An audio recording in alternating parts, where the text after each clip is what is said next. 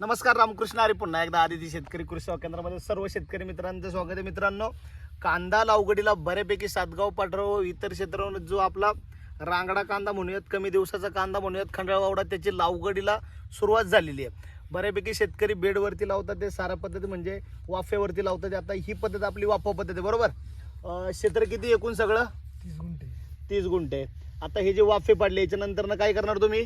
कांद्याला पाणी वारा देणार त्याला, मग कांद्याला वाफेवा लावणार. त्याच्या अगोदर नाकं ओढून घेण्याचे काम चालू आहे. मित्रांनो, सर्वात बेस्ट पद्धती आहे. फक्त लावगड थोडीशी दाट करायची. या पद्धतीमध्ये मित्रांनो पाणी देता येतं, खालून औषधं सोडता येते, जबरदस्त उत्पन्न निघतं. मित्रांनो, वरुंबा आपला किती, जवळपास वरुंब्याची उंची किती आहे? 6 इंच असं. 6 इंच असेल. वलवणी केल्याच्या नंतर कांदा किती दिवशी लावणार आहे? दुसऱ्या दिवशी. मित्रांनो, वलवणी करण्याचं कारण असं की जिथं कुठं चढ उतार उथळ होतं त्या ठिकाणी माती भरून जाते. ओढायला बऱ्यापैकी कांदा हा स्लोपनी पाणी जातं. याच्यामुळे सर्वात बेस्ट पद्धत आहे. धन्यवाद. रामकृष्ण हरी. नमस्कार, रामकृष्ण हरी. पुन्हा एकदा आदिती शेतकरी कृषी सेवा केंद्रामध्ये सर्व शेतकरी मित्रांचं स्वागत आहे. मित्रांनो, कांदा लागवडीला बऱ्यापैकी सातगाव पाठराव इतर क्षेत्रावर जो आपला रांगडा कांदा म्हणूयात, कमी दिवसाचा कांदा म्हणूयात, खंडाळवावडा, त्याची लागवडीला सुरुवात झालेली आहे. बऱ्यापैकी शेतकरी बेडवरती लावतात, ते साऱ्या पद्धती म्हणजे वाफेवरती लावतात. आता ही पद्धत आपली वाफा पद्धत आहे, बरोबर.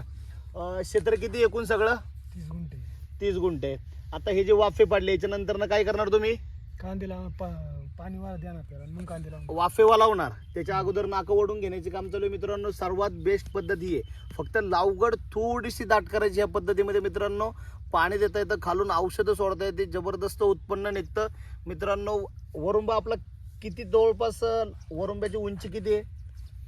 6 इंच असं. 6 इंच असेल. वलवणी केल्याच्या नंतर कांदा किती दिवशी लावणार आहे? दुसऱ्या दिवशी. मित्रांनो, वलवणी करण्याचं कारण असं की जिथं कुठं चढ उतार उथळ होतं त्या ठिकाणी माती भरून जाते.